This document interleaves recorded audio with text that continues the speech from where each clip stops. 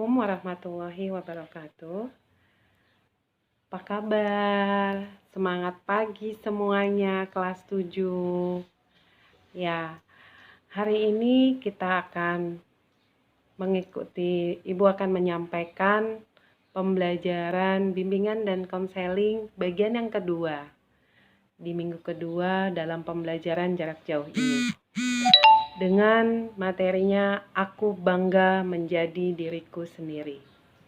Ya, tujuannya apa?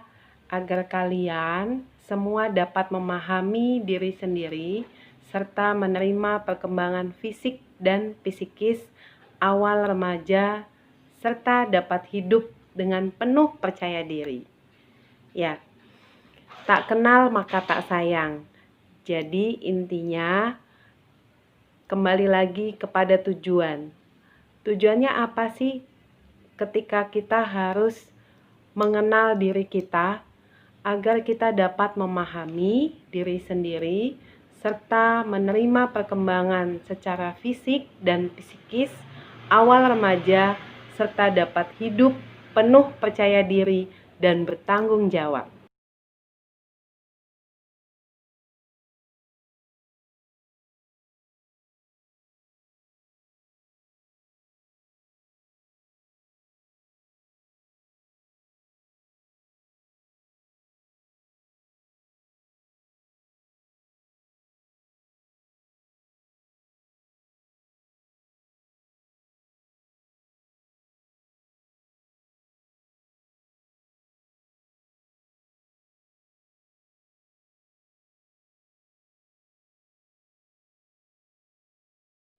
Baik, di sini adalah penjelasan atau apersepsi. Banyak orang dengan mudah mengenali orang lain, tetapi ternyata tidak berhasil mengenali dirinya sendiri. Mengenali diri sendiri tidak semudah mengenal orang lain. Oleh karena itu, siapapun sedemikian mudahnya menemukan kesalahan orang lain, tetapi tidak gampang melihat kesalahannya sendiri atau diri sendiri. Seperti halnya mungkin kalian masih ingat dengan peribahasa, ketika semut di seberang lautan nampak, tapi gajah di pelupuk mata tak nampak. Nah, itu sama halnya ketika kesalahan orang lain dengan mudahnya kita melihat, tetapi kita sangat kesulitan untuk melihat kesalahan dari diri kita sendiri. Akibatnya banyak orang yang menganggap bahwa orang lain selalu salah atau kurang dan tidak ada benarnya. Begitu pula sebaliknya. Dirinya selalu menganggap bahwa sayalah yang benar, sayalah yang paling benar.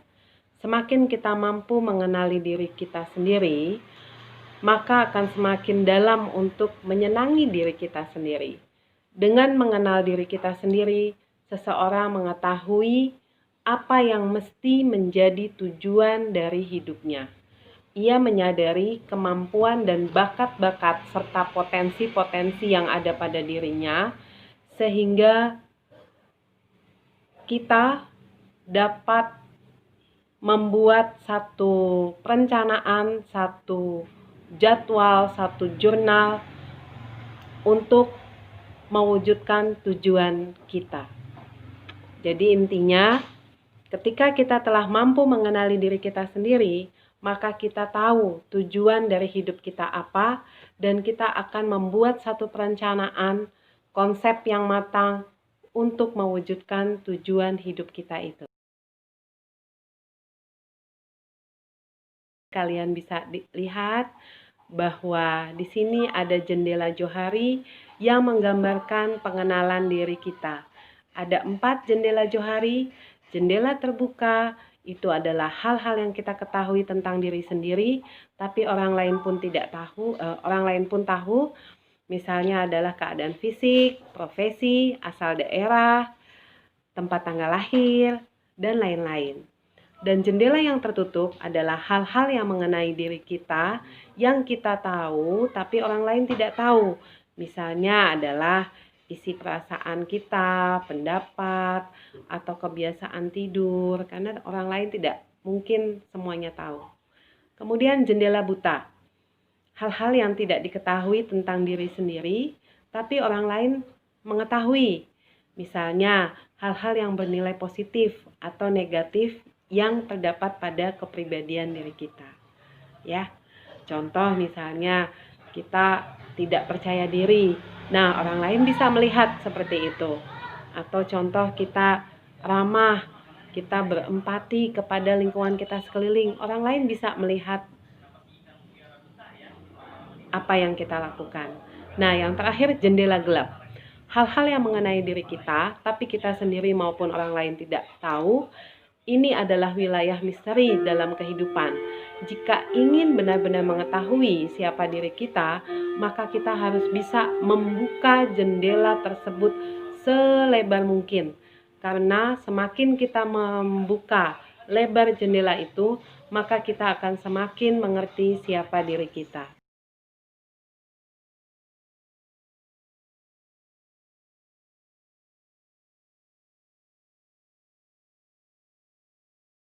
Nah, seperti ini penjelasannya ya. Si A adalah individu yang kurang memahami diri sendiri, tingkah lakunya terbatas, perasaannya kurang terbuka, kurang luas cara pandang dan variasi hidupnya.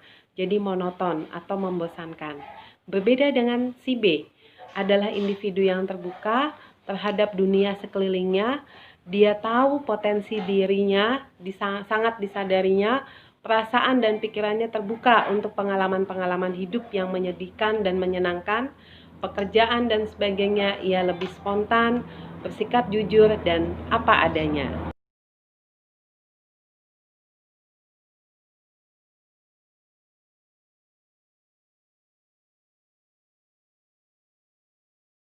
Ya, di sini ada aspek-aspek yang harus dipahami oleh individu. Pertama, aspek fisik. Seluruh anggota badan individu tersebut adalah merupakan bagian-bagiannya. Kemudian yang kedua, aspek psikis adalah yang berhubungan dengan kondisi kejiwaan setiap orang atau setiap individu. Kemudian yang ketiga, aspek minat. Minat adalah rasa tertarik yang kuat terhadap objek tertentu. Kemudian yang keempat, aspek bakat. Bakat adalah kemampuan yang dibawa seseorang sejak lahir dan biasanya bersifat menurun atau genetik. Kemudian aspek cita-cita. Cita-cita adalah gambaran diri yang ada pada diri seseorang. Ada yang menyebutnya adalah potret diri seseorang. Kemudian yang kelima, keenam, aspek kebutuhan-kebutuhan pokok. Hal ini penting juga untuk dipahami oleh individu, kebutuhan-kebutuhan pokok seperti apa yang diinginkan dalam menjalani kehidupan ini. Ya. Nah, yang ketujuh terakhir adalah aspek gaya hidup. Gaya hidup apa yang diinginkan oleh masing-masing orang itu tentunya berbeda dengan satu dan lainnya. Marilah kita bersama-sama memberikan yang terbaik. Karena apa? Hidup ini hanya satu kali. Jadi berikanlah yang terbaik dan berbuatlah selalu yang positif dan berpikiran yang positif. Nah, ini ada 12 tips bangga menjadi diri sendiri. Bangga menjadi diri sendiri. 1. Terima kekurangan, syukuri apa yang Anda miliki. 2. Abaikan anggapan orang lain terhadap Anda atau terhadap diri kita. Yang ketiga, jangan membandingkan diri kita atau Anda dengan orang lain. Kemudian yang keempat, cintai diri sendiri apa adanya. Yang kelima, kenali, pelajari kelebihan diri kita atau kelebihan kalian semua dan temukan jati diri Anda. Yang keenam, percayalah dan banggalah pada kemampuan diri sendiri. Yang ketujuh, jujur dan bersikaplah terbuka. 8. Berbaulah. Jadi kamu mencari teman, bertemanlah dengan orang-orang yang selalu berpikiran positif. Yang ke-9, hindari membandingkan dirimu dengan orang lain. Yang ke-10, selalu berpikir dan bersikap positif. 11, selalu menjaga kesehatan. Jangan lupa jaga jarak, menggunakan masker, dan selalu bercuci tangan dalam setiap kesempatan yang ada. Yang ke-12, isilah kegiatan harianmu dengan hal-hal yang baik. Demikian yang Bu Afi sampaikan pada pertemuan di minggu kedua PJJ ini. Jangan lupa kalian ada tugas berupa Google Form. Nah, bagi yang bisa membuka Google Classroom, silahkan tugas itu dikirim ke Google Classroom. Bagi yang tidak bisa, langsung chat pribadi ke Bu Afi.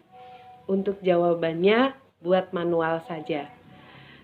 Dan bila ingin menonton video untuk materi ini, aku bangga menjadi diriku sendiri, kalian silahkan link YouTube yang nanti akan Ibu bagikan.